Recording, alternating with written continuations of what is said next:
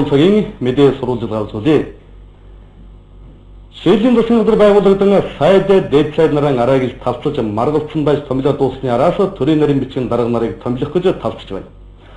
Уг нь бол төрийн нарийн бичгийн дарга нар төрийн албаныхаа хуулийн хүрээнд томилох учиртай ч шийдлийн засгийн газарт хамтарсан хоёр намд хууль огт хамаагүй зөвхөн өөрсдийн намын байр суурь чухал болцоод байгааг шүүмжлэх хүн олон байна.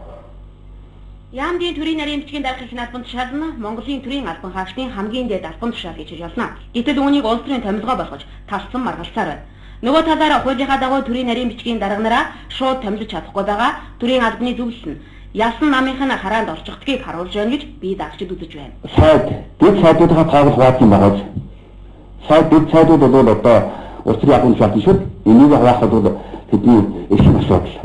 Ингэж намын их ашиг дээрэн тавьж Улсын хэмжээнд тасалбарч хурдан хурдахгүй ингэж байж болохгүй. Эрдэнэ ингэж залуу үлээ тавьчлаа, дотоод тавьчлаагүй ийм хоёр лав одоо нүдний болоо болж байна. Тэр гол цогтоор аслуулсан дөрвөн залуучууд бол одоо дөрвөн залуучууд, аршин дотроо хүчин залуучууд. Үүсээр тэдний реформ гэж юм байнаагүй юу? Тэр зүгээр албан тушаал, тендер, мөнгө бүгдээрээ тэр сатанаас ингээд орж одоо юу ч яаж чадахгүй.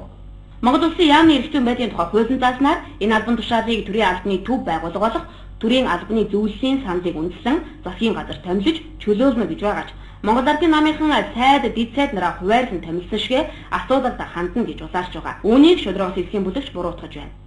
Төрийн нарийн бичгийн дарга болоод тэрнээс доош албан тушаалтнууд бол төрийн албаны хуулиар одоо хуулийн хэмжээ томилогдох, огцрох, чөлөөлөх асуудлууд нь зохицуулагддаг ийм албан тушаалтнууд байгаа. Тэрлүү ямар нэгэн одоо улс төрийн ялуу болгож хуваагаа тэн дээрээ зөрчил өдр үүсэж байгаа тун зохисгүй хэрэгээ тэрүүд буруу гэж бид үзэж байна.